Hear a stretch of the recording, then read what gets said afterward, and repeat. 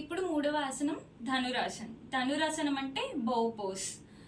మనందరికీ తెలిసిందే సీతాదేవి స్వయంవరం. ఎవరైతే ఆ విల్లుని ఎత్తుతారో వాళ్ళే సీతాదేవికి కాబోయే భర్త అని. అయితే ఈ విల్లుని చిన్నప్పుడే సీతాదేవి వారు లిఫ్ట్ చేశారు, అంటే విల్లుని ఎత్తగలిగారు ఎలాంటి కష్టం లేకుండా. ఇదే ఇదే విల్లు ఎత్తడం స్వయంవరంగా పెట్టారు. ఎవరైతే ఆ విల్లుని ఎత్తుతారో వాళ్ళే సీతాదేవికి కాబోయే భర్త అని. ఈ విల్లు రాముల వారు తప్ప ఎవరూ ఎత్తలేకపోయారు. అయితే ఈ ఆసనంకి ఈ స్టోరీకి సంబంధం ఏంటి అంటే, ఈ ఆసనం ప్రాక్టీస్ చేస్తే అంత ఎనర్జీ వస్తుంది, అంత విల్ పవర్ వస్తుంది, మనం అంత స్ట్రాంగ్ అవుతామని అర్థం.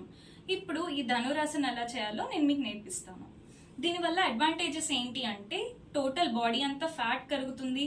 అలానే మనం బ్యాక్ ని మన బాడీని మన లెగ్స్ ని కలిపే ప్రయత్నంలో ఇందులో కూడా అంతే, స్పైన్ అనేది ఫ్లెక్సిబుల్ అవుతుంది. బ్యాక్ పెయిన్స్ అనేవి మనకి అస్సలు రావు. ఇప్పుడు ఆసనంని నేను మీకు చూపిస్తాను.